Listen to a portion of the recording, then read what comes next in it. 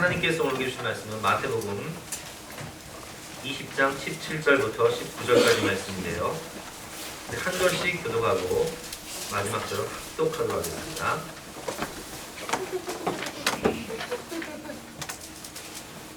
예수께서 예루살렘으로 올라가려 하실 때에 12 제자를 따로 데리시고 길에서 이르시되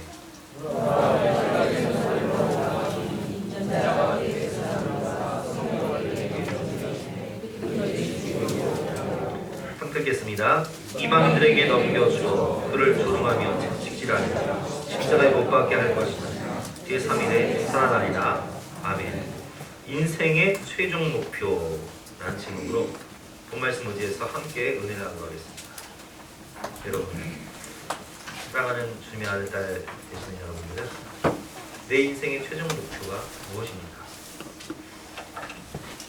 한번 생각해 보세요. 내 인생의 최종 목표는 무엇입니까? 내가 뭘 위해 그러십니까?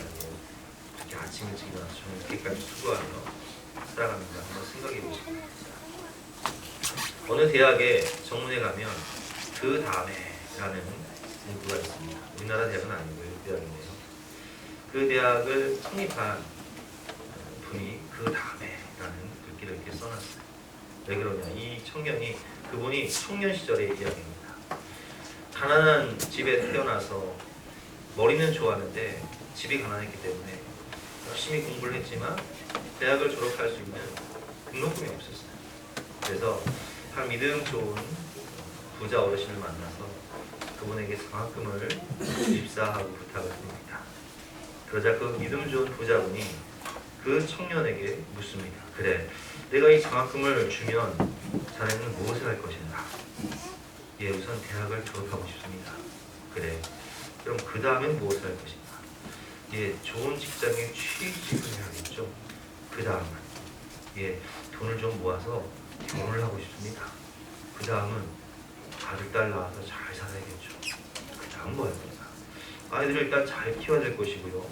아이들이 성장하면 결혼을 시켜야겠죠. 그 다음은 은퇴하겠네요. 그 다음은 은퇴하면 아내랑 함께 여행을 좀 다녀보고 싶습니다. 그 다음은 나이 먹으면 죽겠죠. 그 다음은 이렇게 얘기하자 이 청년이 말문을 남겼어요. 그 다음은 뭐지? 그 다음 뭐죠? 그 다음은 한 번 죽는 것은 사람에게 주는 것이니까 다 죽어야겠죠. 이 청년이 말을 못합니다. 그러자 이 믿음 좋은 부자 어르신이 말씀하십니다. 그 다음은 심판이라 돼. 우리가 하나님 앞에 서야 돼. 그 다음은 천국과 지옥으로 가야 되지. 자네는 지금 천국에 갈 준비가 되어 있는가? 그때 청년은 깨닫게 된 거예요. 아하, 내 인생의 최종 목표는 이 다른 것이 아니다. 내 인생의 최종 목표는 천국에 가기 위한 준비가 바로 내 인생의 과정이고 목표이구나 라는 것을 깨닫게 된 것입니다. 그렇습니다. 여러분, 하나님 말씀 잠언 29장 18절 말씀처럼 묵시가 없으면 백성이 방자 행한다는 말씀처럼 하나님이 내게 주신 목표, 인생의 최종 목표가 분명하지 않으면 묵시가 없으므로 비전과 꿈이 없으므로 백성이 방자 행하게 되는 거예요. 죄를 짓고 엉뚱한 짓을 하게 되는 거예요. 지난 주간 뉴스를 보니까 한 젊은 30대 초반의 청년인데요. 이 사람이 이 소라넷이라는 음란 사이트를 만든 그 대학, 그 서울대를 나온 엘리트 사람인데요. 소라넷이라는 음란 사이트를 만드는 광고비로 수십억을 벌었거든요.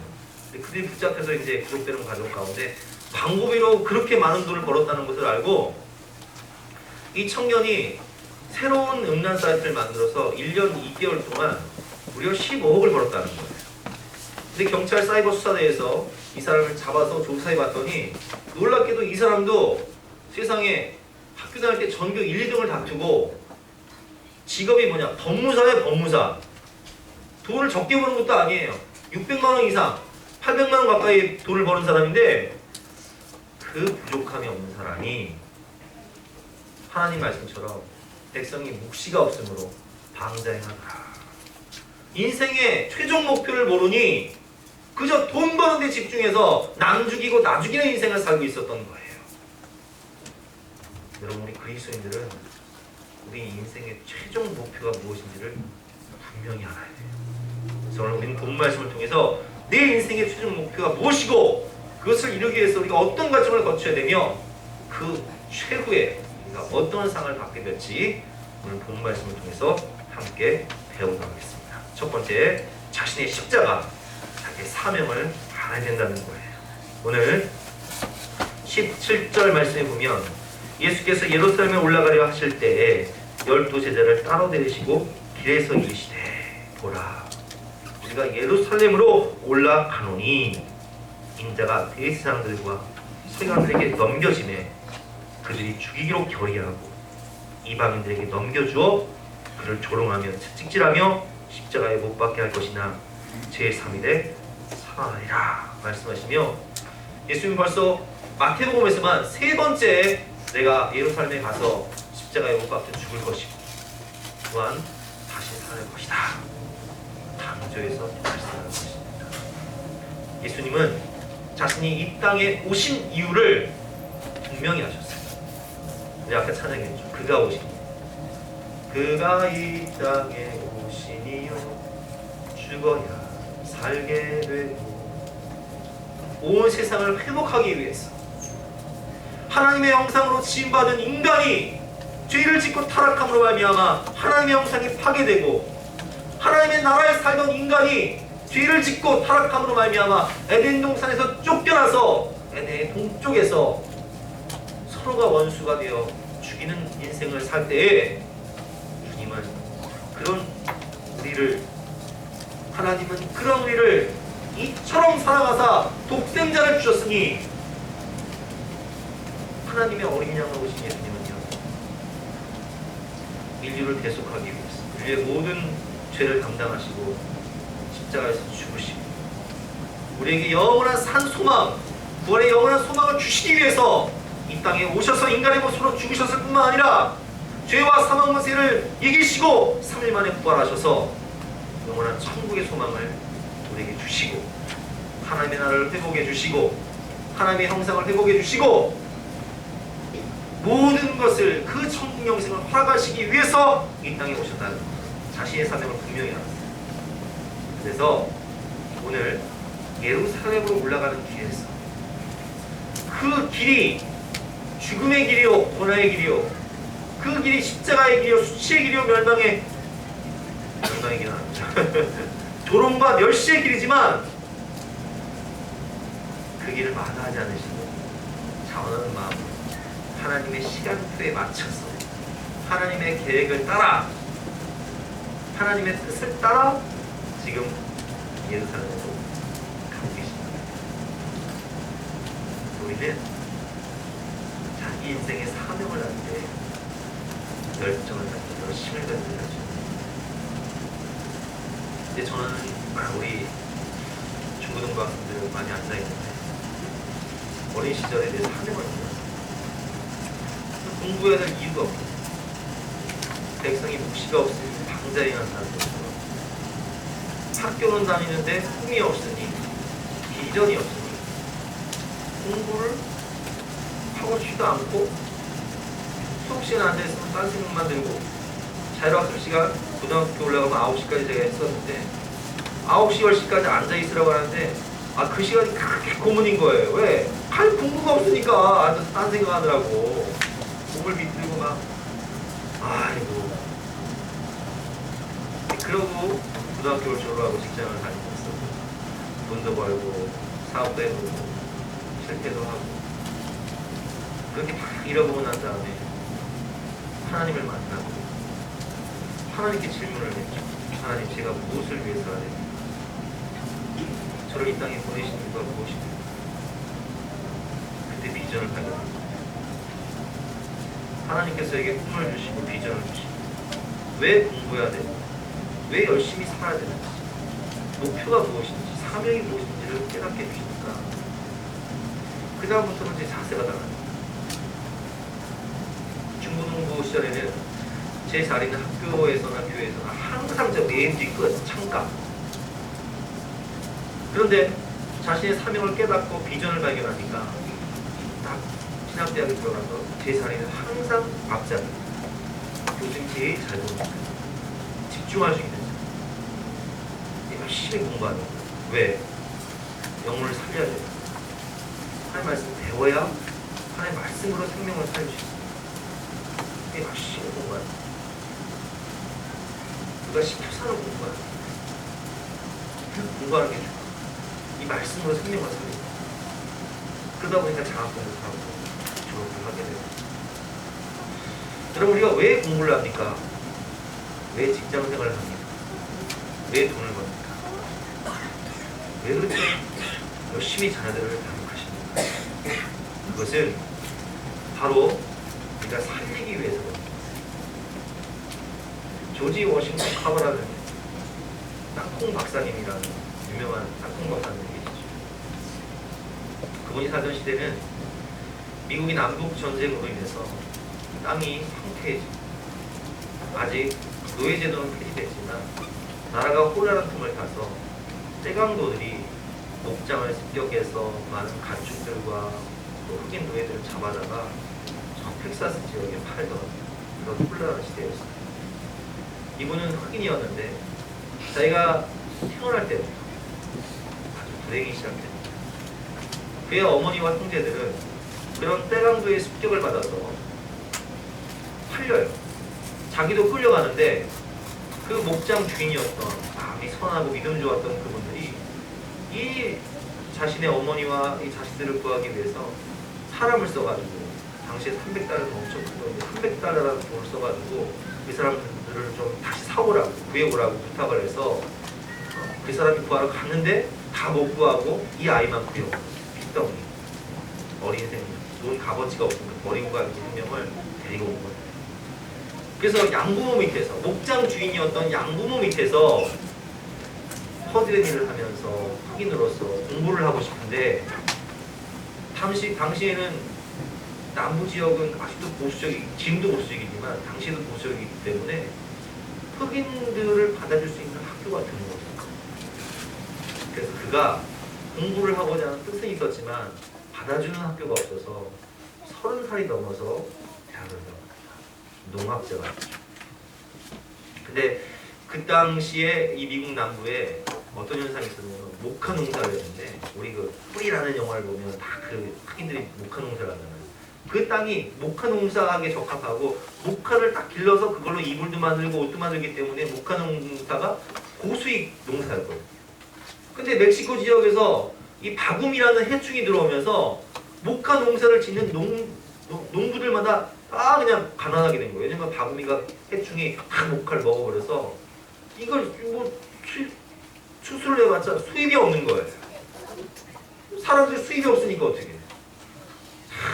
술 마시고 방황하면서 소망이 없으니까 도박이나 하고 술이나 마시고 죄나 짓고 부부싸움하고 그렇게 가정들이 깨지고 어려움을 당할 때에 이 조지 워싱턴 카바가 어떻게 하면 땅을 살릴 수 있을까 연구를 하기 시작합니다.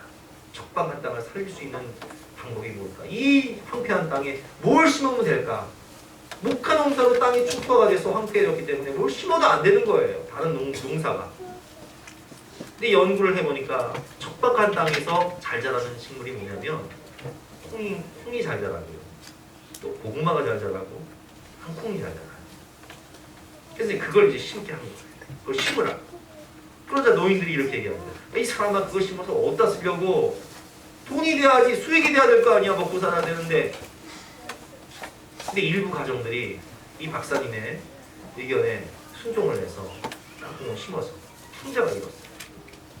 근데 문제가 생겼어요. 팔로가 없는 거예요. 팔로. 우리 가을에 대추 농사하시는 분 아시겠지만 대추를 잘 심어서 풍년이 돼도 대추값이 잘 나와야 그걸 파는 거지. 대추값이 흉작이면요 인건비조차 안 나오기 때문에 대추가 잘 없잖아요. 팔로가 없는 거예요. 그러니까 할머니가 찾아서 이렇게 하는 거예요. 박사님 제가 당신 말대로 이렇게 땅콩 농사하면서 풍작이 됐는데 이거 어떻게 할까요? 어디다 팔아야 되는데 팔로가 없어요. 먹고 살 길이 없습니다. 괴로운 거예요. 너무 괴로운 마음에 잠을 자지 못하고 밤을 새다가 아침이 해가 뜨기 전 숲속을 산책하기 시작하는데 해가 착 뜨는 거예요. 아침이 있을 때 해가 바짝바짝 빛나는 거예요. 숲 사이로 찬란한 햇빛이 들어오는 거예요. 그가 그 모습을 보면서 하나님께 이렇게 묻습니다. 하나님, 창조주 하나님, 이 아름다운 세상을 왜 만드셨습니까? 하나님 말씀하십니다. 이 주제 많은 질문을 해라. 하나님, 인간을 왜 만드셨습니까? 그게 네가 정말 묻고 싶은 거냐? 하나님, 진짜 묻고 싶겠는데요. 땅콩을 왜 만드신 거예요? 땅콩을 왜 만드신 거예요? 그래, 옳지. 좋은 질문이다. 내가 그거 알려줄게. 너 얼른 연구 들어가서 그 땅콩 가지고 연구해라. 내가 너에게 지혜를 줄게. 길을 줄게. 그리고 그 땅콩을 가지고 연구를 하게 돼요. 땅콩을 가지고 기름을 짜서 만들어 보니까 할 게 너무 많아요. 비누도 만들어지고 또 화장품도 만들 수 있고, 땅콩을 갖고 요리를 해보니까 땅콩잼도 만들 수 있고, 또 땅콩을 초콜릿과 섞어가지고 초콜릿을 만들어 보니까 너무 맛있는 거예요. 그래서 이 땅콩 박사님이요, 몇 가지 제품을 만들었냐, 300가지 제품을 만들어서 그 주변 사업하시는 분들을 불러가지고 요리를 만들어서 딱 먹이면서 이게 땅콩을 만든 거야. 했더니 그 사람들이 아이디어를 얻어가지고 사업을 시작하는데 세상에 그 땅콩을 만든 게 너무 잘 팔리는 거예요. 그러니까 땅콩 농사 지은 사람들이 어떻게 해? 막 땅콩 막 진대로 막 사업하는 분들한테 갖다 주니까 사업하는 분들도 돈 벌고, 농사하는 분들도 돈 벌고, 가정이 회복되고, 가정 경제가 회복되고, 땅이 회복되고, 지역이 살고. 한 번은 그 땅콩 박사 조지 워싱턴 카버 때문에 아주 큰 거부가 된 재벌, 초콜릿 회사를 한, 초콜릿과 땅콩을 섞어서 만든 그 재벌 그 사장님이 너무 큰 은혜를 입었잖아. 이 사람 때문에 부자가 됐으니까. 그래서 이 박사님한테 이렇게 얘기한 거예요. 박사님, 제가 늘 박사님한테 받기만 하고 뭐 제가 선물 드려도 잘 쓰지도 않고 그러니까 제가 좀 은혜를 보답하고 싶은데 우리 회사 고문으로 오시면 제가 월급을 엄청 줄 테니까 좀 오셔서 돈 좀 받아가라. 근데 이 조지 워싱턴 카버가 이렇게 얘기하는 거예요. 여보시오, 하나님이 내게 주신 지혜는 당신 기업만 살려고 주신 게 아니야. 굉장히 많은 하나님 주신 이 지혜로 많은 가정을 살려야 되고, 목장을 살려야 되고, 이 나라를 살려야 돼. 하나님 주신 지혜를 당신이 구속하려고 하지 마시오. 나 돈 안 받아도 되니까 자꾸 나한테 그런 소리 하지 마시오. 하면서 많은 가정을 살리고, 기업을 살리고, 농장을 살렸어요. 여러분, 우리 학생들 공부하는 이유가 뭡니까? 자, 따라해 보실까요? 배워서 나눠주자. 자, 벌어서 살리자. 배워서 나눠주고, 벌어서 살리고, 섬겨서 영혼 구원하고. 그게 하나님께서 우리를 이 땅에 보내신 목적이고 이유예요. 인본주의와 신본주의의 차이점이 뭡니까? 창세기 11장 바벨탑, 인본주의. 자신의 이름을 위하여 바벨탑을 높게 쌓아서 그 꼭대기에 자기 이름을 내고 마음껏 죄짓고 물질 벌어서 마음껏 세상의 쾌락과 정욕을 위해서 자기의 이름을 내기 위해서 살아가지만, 신본주의자들은 어디를 가든지 하나님을 예비하고 하나님의 영광을 목의 근원으로서 나도 살고 가정도 살리고 남도 살리는 인생, 주님의 뜻을 따라 말씀에 순종하며 하나님께 영광 돌리는 인생이 바로 신본주의의 특징이잖아요. 그러므로 우리는 하나님의 뜻을 따라 내 사명을 깨닫고 내 영혼을 살리고 가정을 살리고 세상을 살리는, 그래서 배워서 남주고 벌어서 남주는 인생을 살아야 되는 거예요. 두 번째로 우리가 이 말씀을 통해서 깨달을 수 있는 게 무엇입니까? 다음 단계를 준비하라는 거예요. 또한 고난이 와도 피하지 말라는 거예요. 오늘 예수님께서는 예루살렘으로 올라가실 때에 어떤 일이 벌어질지 너무나 잘 알고 계셨습니다. 18절과 19절 말씀 교독해 보겠습니다. 보라, 우리가 예루살렘으로 올라가노니 인자가 대제사장들과 서기관들에게 넘겨지매 그들이 죽이기로 결의하고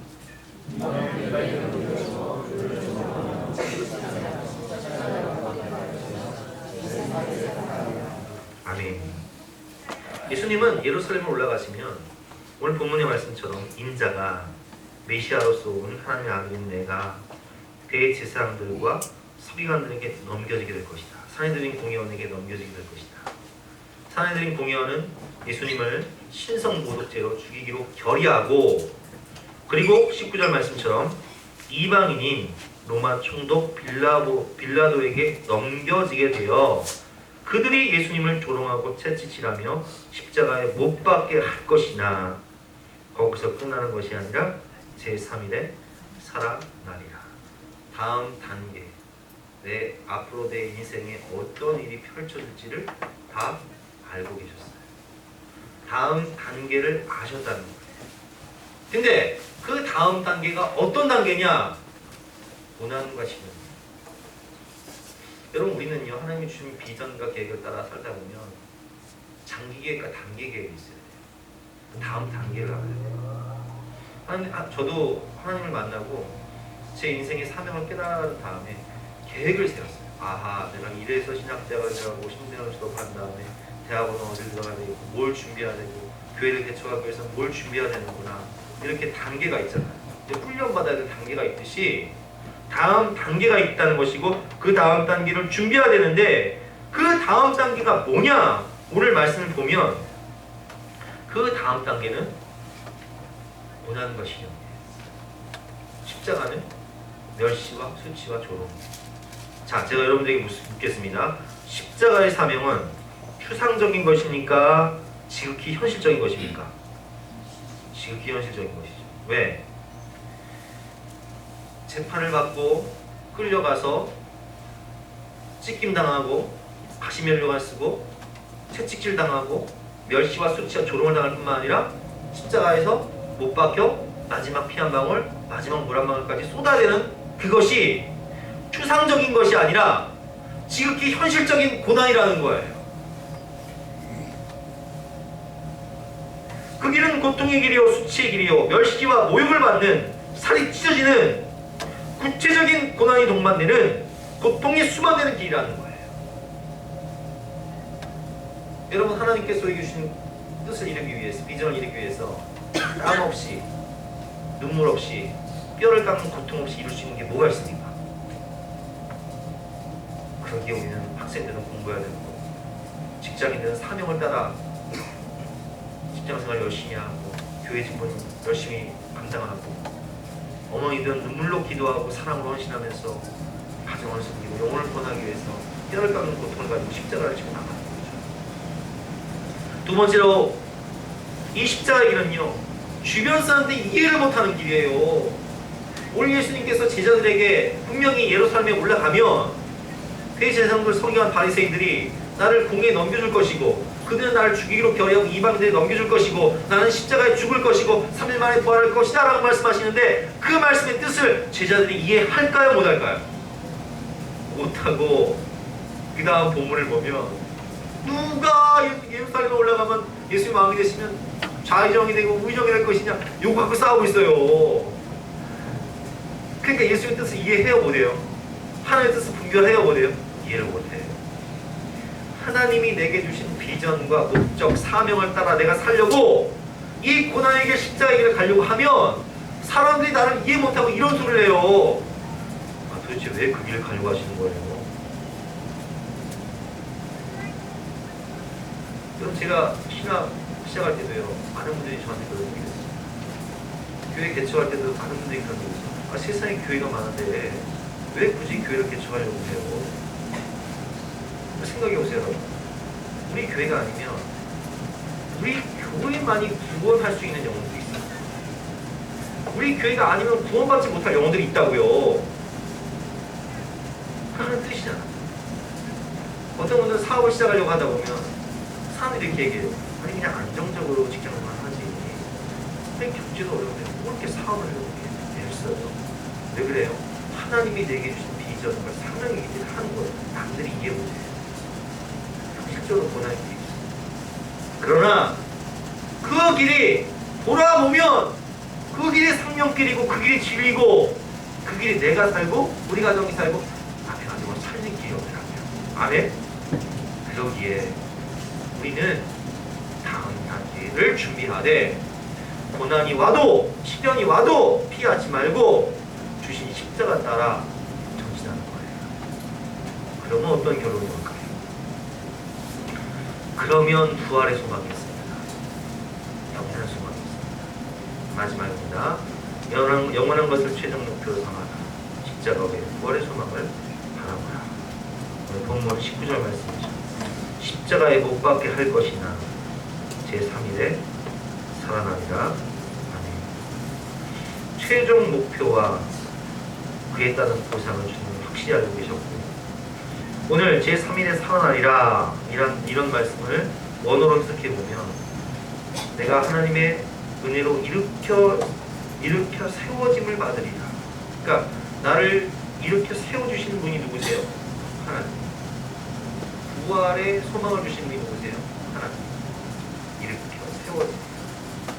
즉 예수님의 부활은, 우리의 부활은 하나님의 뜻이요, 하나님의 능력이요, 하나님의 계획이라는 거예요. 자, 그럼 제가 여러분들에게 묻습니다. 여러분들의 최종 목표는, 내 인생의 최고의 목표는 썩을 것입니까? 영원한 것입니까? 내가 죽을 때 가져갈 수 있는 거예요? 가져갈 수 없는 거예요? 가져갈 수 있는 게 있고 가져갈 수 없는 게 있어요. 잘 생각해보세요, 여러분. 그렇게 배우고 그렇게 벌어서 그렇게 모아서 그거 죽을 때 가져갈 수 있습니까? 없습니까? 영원한 거예요. 가져갈 수 있는 게 뭐예요? 제가 하나님 만나고 그 질문을 했어요. 하나님, 제가 뭘 위해 살까요? 하나님 저한테 이렇게 얘기하시더라고요. 썩어질 것을 위해 일하지 말고, 썩어질 것을 위해 네 목숨을 걸지 말고, 영원한 것을 위해서. 이 영원한 게 뭐예요? 여러분, 이 시점에서 한번 물어보고 싶어요. 여러분이 저한테 한번 물어보세요. 제 인생의 최종 목표가 뭐냐고. 제가 지난주간 목사님들 만나면서 근데 저한테 물어요. 이 목사님 목표가 뭐예요? 최종 목표가 뭐예요? 여러분, 제 목표가 뭔 것 같습니까? 제가 건물 세우는 게 목표 같습니까? 크게 성전 건축하는 게 제 인생의 목표일까요? 뭐 제 인생 대출 갖다 판단할 일 있습니까? 물론 하나님 뜻이면 우리 교회가 부흥해서 영혼들이 주체할 수가 없어서 앉을 자리가 없으면 건물도 세울 수 있죠. 교회도 세울 수 있어요. 근데 그건 하나님이 하시는 거지 제가 하는 건 아니에요. 그렇죠? 제 인생의 최종 목표가 뭐냐? 제 인생의 최종 목표는 제가 구원받고 우리 가족들이 구원받고 여러분들이 구원받고 여러분의 가정이 구원받는 거예요. 아멘? 그게 제가 하나님 앞에 갔을 때 너 뭐하러 왔냐? 라고 물으실 때 하나님, 저에게 맡겨주신 양을 잘 목양하다가 그 영혼들을 구원하고 그 영혼들의 가족들 구원하다 왔습니다. 그럼 끝! 아멘? 근데 내가 가져갈 수 없는 거 가지고, 응? 가져갈 수 없는 거 가지고 힘쓰고 애써가지고 막 그거 위해 살다가 막상 죽을 때는 아이고 저 땅 문서를 얻지 않았을까? 아이고 저 아까 저 가져가야 되는데 가져갈 수 있어요 없어요? 학벌 가져갈 수 있어요 없어요? 영혼을 구원하기 위해서 배운 거죠. 생명을 살리기 위해서 배운 거죠. 그러기 위해서 번 거죠. 그거 가져갈 수 없어요 여러분. 내 인생의 최종 목표가 영원한 것인가 아니면 썩어질 것인가, 그걸 한번 생각해 보세요. 그리고 영원한 것이라면 그 십자가에는 부활의 영광, 하나님의 상급이 있다. 저는 여러분들이 이 땅을 떠날 때 정말 사랑하는 자녀들, 부모님들, 가족들 다 구원해서 주님 제게 맡겨주신 사명 다이고 이렇게 사랑하는 가족들 다 손잡고 왔습니다. 저 영원한 천국에 들어갈 때 이제 넌 후회가 없습니다. 이렇게 말할 수 있는 저와 여러분 되시기를 주님의 이름으로 축원합니다. 그래서 우리가 공부하는 거고, 오늘 목자대학 왜 해요? 나 살고 남 살리자고. 오늘 출애굽기 성경 공부 왜 해요? 내 인생의 과정이 어디쯤 와 있는가? 내가 어떻게 하면 하나님의 말씀을 그것을 돌파하고 다음 가정을 준비할 수 있을까? 어떻게 하면 내 가정을 살리고 영혼들을 살리고 내 인생이 하나님의 은혜로 회복될 수 있을까? 이런 거 배우자는 거 아닙니까? 학생들이 공부를 왜 합니까? 여러분들이 돈을 왜 법니까? 왜 이렇게 열심히 하십니까? 살려보자는 거 아니에요. 죽이는 인생 살지 말고 그 돈과 물질로 죽이는 인생 살지 말고 죄짓지 말고 살려보자는 거 아니에요. 가정 살려보자는 거 아니에요. 학생은 공부하는 기계가 아니죠. 가정은 돈 버는 기계가 아니에요. 아내는 살림하는 기계가 아니라고요. 우리가 돈 버는 이유도 공부하는 이유도 살림하는 이유도 따지고 보면 다 하나님의 뜻을 따라 살려보자는 거 아닙니까? 바라고 원하는 것은 저와 여러분 모두가 이 영원한 소망을 따라 하나님께 갔을 때 하나님 내게 주신 사명 그 십자가 잘 지고 고난길이 없고 현실적인 어려움이 많았고 아픔과 슬픔도 많았지만 이해하지 못하는 사람도 많았지만 결국엔 내게 맡겨주신 영혼들 사랑하는 영혼들 다 주님의 은혜로 사랑과 눈물로 구원하고 왔습니다. 이렇게 고백할 때 착하고 충성된 종아 내가 잘하였다 칭찬받고 승리의 면과 누림의 면과를 받으시는 저와 여러분 모두가 되시기를 주님의 이름으로 축원합니다. 함께 찬양할 때 낮은 해처럼 밤의 것처럼 예수님처럼 바울처럼 살게 달라 함께 찬양하고 기도하겠습니다.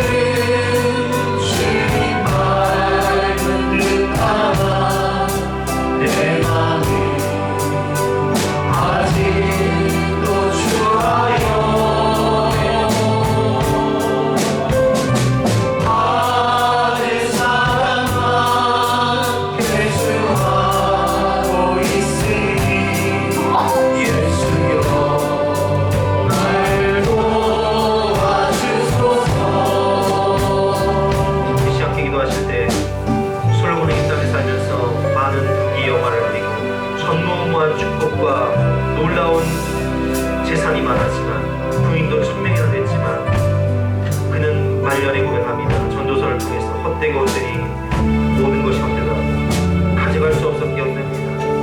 그러나 예수님께서는 이 땅 가운데 가난하게 사셨고 아무것도 없었지만 인류를 구원하셨기 때문에, 사랑하는 영혼들을 구원하셨기 때문에 다 이루었다 고백할 수 있었습니다. 우리는 어떤 고백을 할 수 있을까요?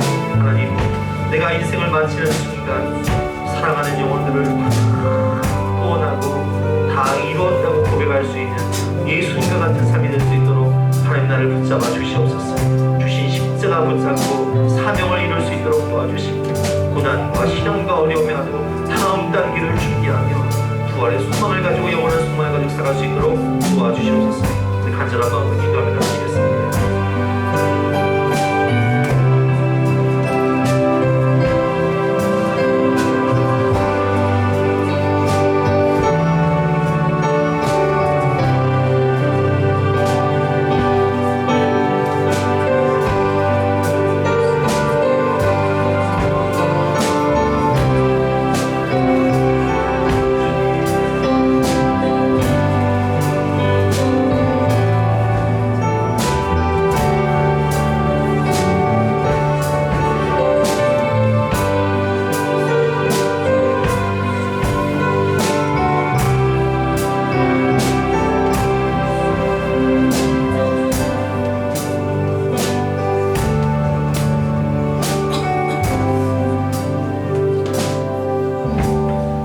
예수님이 이 땅에 오신 이유가 바로 우리가 이 땅에 온 이유와 동일합니다.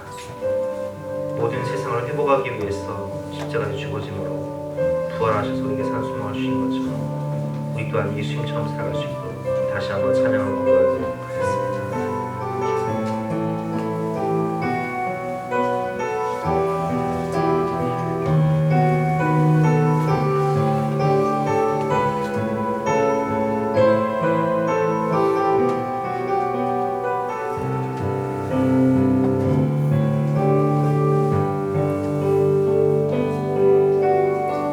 이 세상 가장 아름다운 순종의 눈물, 온 세상 다시 빛나게 한 생명의 눈물. 다시 한번 고백합니다. 이 세상 가장 아름다운, 이 세상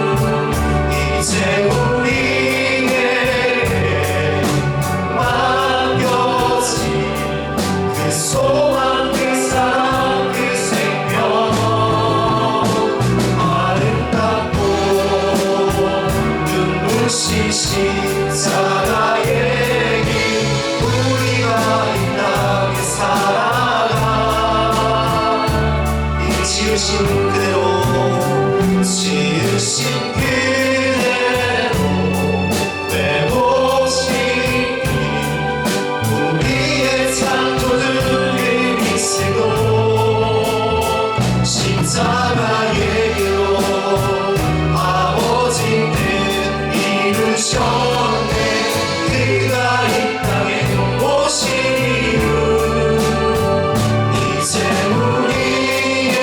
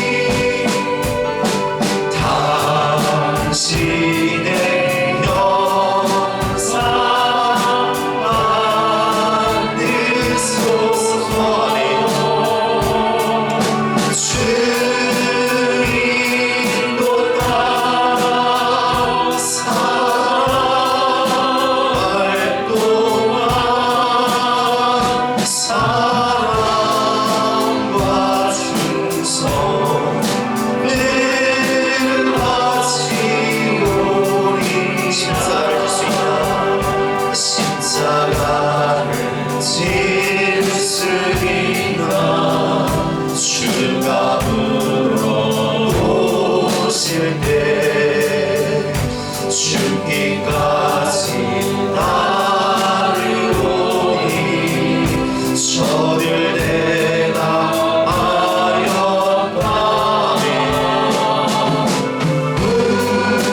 우리의 심령 주의 것이니